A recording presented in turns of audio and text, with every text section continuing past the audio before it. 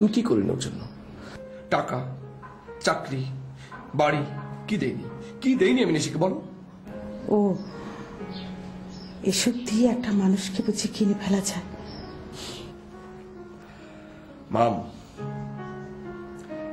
এই বাড়িতে বসে তুমি কিছুই বুঝতে পারবে না কত সহজে মানুষকে কেনা যায়, কত সহজে মানুষ বিক্রি হয়ে যায়। হ্যাঁ, যেমন তোমার বাবা আমাকে কিনেছিলেন।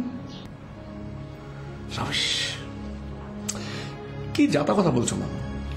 আচ্ছা, আমাকে না হয় তোমরা ছাড়তে পারছো না, কিন্তু ওই মেয়েটাকে কেন তোমরা ছেড়ে দিচ্ছ না? অধিকারের প্রশ্ন। সেটা তো আমার বাবাকে গ্রাম থেকে উঠে আসা বিয়ে করা একজন বুঝতে পারবে না।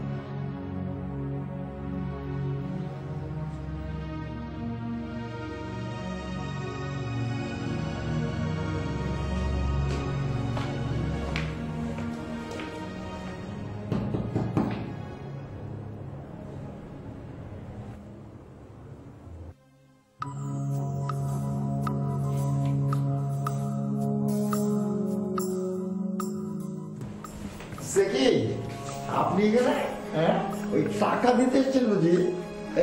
না দেখে আমি প্রথম দিন থেকে ঠিক বুঝতে পেরেছি যে কথা নড়চড় করার লোক আপনি না। ও সরি, এই ভদ্র মহিলা। আতর আলীকে পেলাম না। আতর লিখে কি দরকার? টাকা পয়সার হিসাব তো সব আমার কাছেই থাকে, আমাকেই দিন না। কি আমাকে একটা থ্যাংক ইউ দিতে চান তো দিন না, বেশ ভালো লাগবে। আরে কোথায় যাচ্ছে? আচ্ছা ঠিক আছে, থ্যাংক ইউটা আপনি ওই আতরা লিখে দেবেন, টাকাটা আমাকে দিন। মানে আমি টাকা দিতে আসিনি। তাহলে আবার কি? উনি আপনার কাছে এসছেন।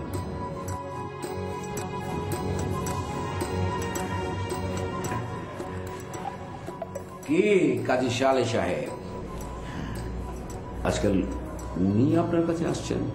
না না না, কি যে বলেন, আমি কি আর আতরের কপালের জন্য নাকি? হ্যাঁ, কথাটা খুবই সত্যি। কেউ কেউ ওনার ঘরেই ঢুকতে পারছে না, আবার কারো কারো জন্য উনি খুঁজতে খুঁজতে এখান পর্যন্ত চলে আসছেন। ঠিক মানেটা বুঝলাম না। আপনার মোটা মাথা এটা ঢুকবে না। কি বললাম নাকি? আমার উচিত আপনার গালে কষে একটা চড় বসানো। চরের শব্দটা যত বেশি হবে তত মানুষ জেনে যাবে।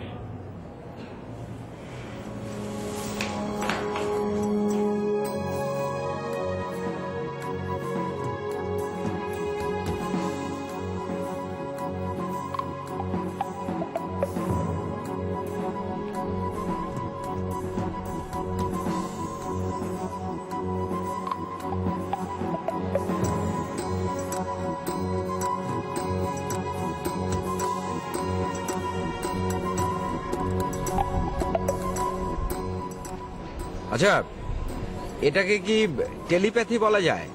আপনিও জানতেন যে আমি আপনার পেছন পেছন আসবো, আবার আমিও জানতাম যে আপনি ঘুরে তাকাবেন। কি আমি যা ভাবছি সেটা কি সত্যি? কি ভাবছেন? রাস্তার উপর দাঁড়িয়ে এসব কথা বলা যায় নাকি? আপনি আমার কাছে কি চান? ছি ছি ছি ছি, এরকম প্রকাশ্যে রাস্তার উপর দাঁড়িয়ে আমি আপনাকে বলতে যাবো যে আমি আপনার কাছে কি চাই? আপনি রেগে যাচ্ছেন কেন? আমি কিন্তু আপনার ভালোর জন্যই সব কথা বলতে চাচ্ছি না। আমি যদি একবার বলা শুরু করি তাহলে সবাই জেনে যাবে না। পাড়া থেকে মহল্লা, মহল্লা থেকে শহর, শহর থেকে দেশ, আস্তে আস্তে সেটা ছড়িয়ে পড়বে না? আমার বাসায় আসতে চান? চাই, কিন্তু আপনি যখন বলবেন তখন না, আমি যখন চাইবো তখন। আগে আতর আলী বলে নিক, তারপর না হয় আমার বলা যাবে। না না, আমিও দেখি আতর আলী কি করতে পারে।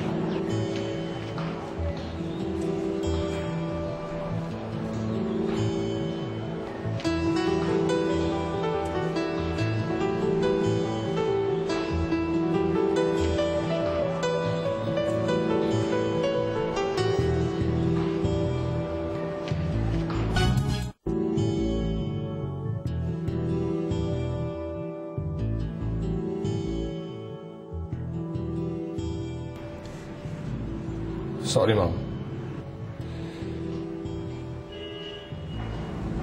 কিসের জন্য? তোমাকে তখন ওভাবে কথাটা বলা বোধহয় ঠিক হয়নি। ও কিছু না, তোমার বাবার কাছ থেকে ওরকম শুনতে শুনতে আমার সব অভ্যেস হয়ে গেছে। কিন্তু আমি তুমি তুমি তো তারই ছেলে, তাই না? আমি তোমার ছেলে না মাম?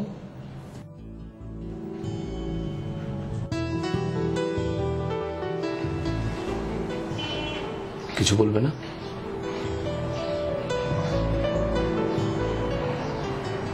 আসলে কি জানো, এ বাড়িতে আমার নিজের বলে তো কখনো কিছু দাঁড়ায়নি। মাম, কিন্তু সব সময় তোমার ছেলে মাম, সব সময়।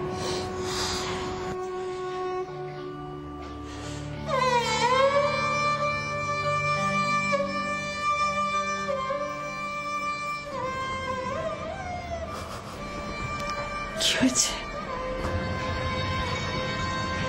গন্ধ?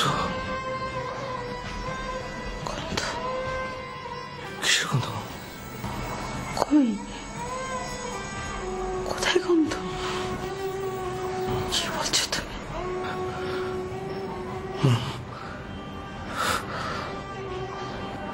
নিশির গন্ধ মাম।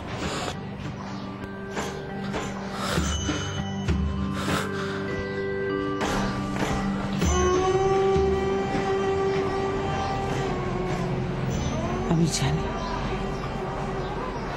আমি জানি তুমি কিসের গন্ধ পাচ্ছ।